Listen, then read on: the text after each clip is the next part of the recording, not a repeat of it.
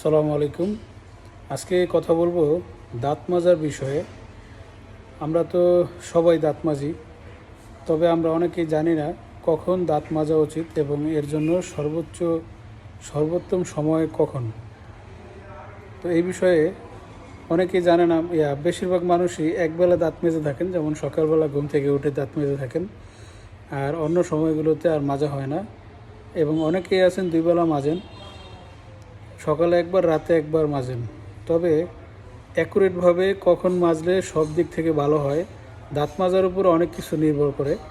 দাঁত মাজার উপরে আপনার মুখের দুর্গন্ধ বা পরিষ্কার থাকা, খাবার হজম হওয়ার বিষয় এবং পেটের গণ্ডগোলের বিষয় এবং পেটে ঘা, এই বিষয়গুলো আপনার দাঁত মাজার উপর নির্ভরশীল।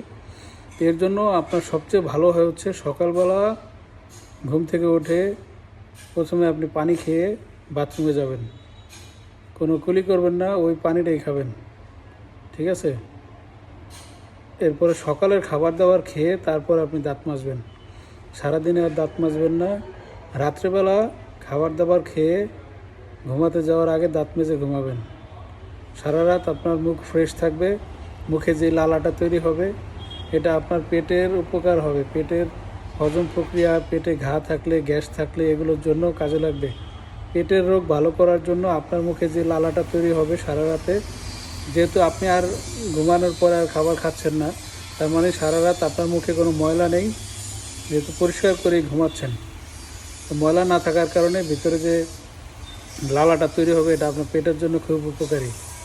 তো এরকমভাবে রাতে দাঁত মেজে ঘুমাবেন। সকালবেলা উঠে ওই অবস্থায় পানি খাবেন। পানি খেয়ে বাথরুম করে তারপরে খাওয়া দাওয়া করে তারপরে দাঁত মাজবেন, ঠিক আছে? এইরকমভাবে প্রতিদিন দুই বেলা যদি দাঁত মাজেন, এটা আপনার দাঁতের জন্য, দাঁত থাকতে দাঁতের মর্যাদার জন্য এবং আপনার পেটের জন্য খুব উপকারী। তো এইভাবে যদি দুই বেলা আপনারা দাঁত মাজেন, আপনাদের স্বাস্থ্য ভালো থাকবে এবং মুখে দুর্গন্ধ হবে না, পেট সুস্থ থাকবে। দাঁতের সাথে সরাসরি মাথার সম্পর্ক। দাঁতের অসুখের মতো অসুখ অনেক কিছুরই তুলনা নাই। সামান্য দাঁতে ব্যথা হলে আপনার সব কার্যক্রম বন্ধ থাকবে। তো দাঁত থাকতে দাঁতের মর্যাদা দিন, ভালো থাকুন এবং লাইক কমেন্ট শেয়ার করে ভিডিওটি ছড়িয়ে দিন। অনেকেই আমরা দাঁতের বিষয়ে গুরুত্ব দিই না, আপনারা এই ভিডিওটা ছড়িয়ে দিলে মানুষ দাঁতের বিষয়ে গুরুত্ব দিবে। ধন্যবাদ, ভালো থাকবেন সবাই। আজকের মতো এখানে বিদায় নিচ্ছি। আসসালামু আলাইকুম।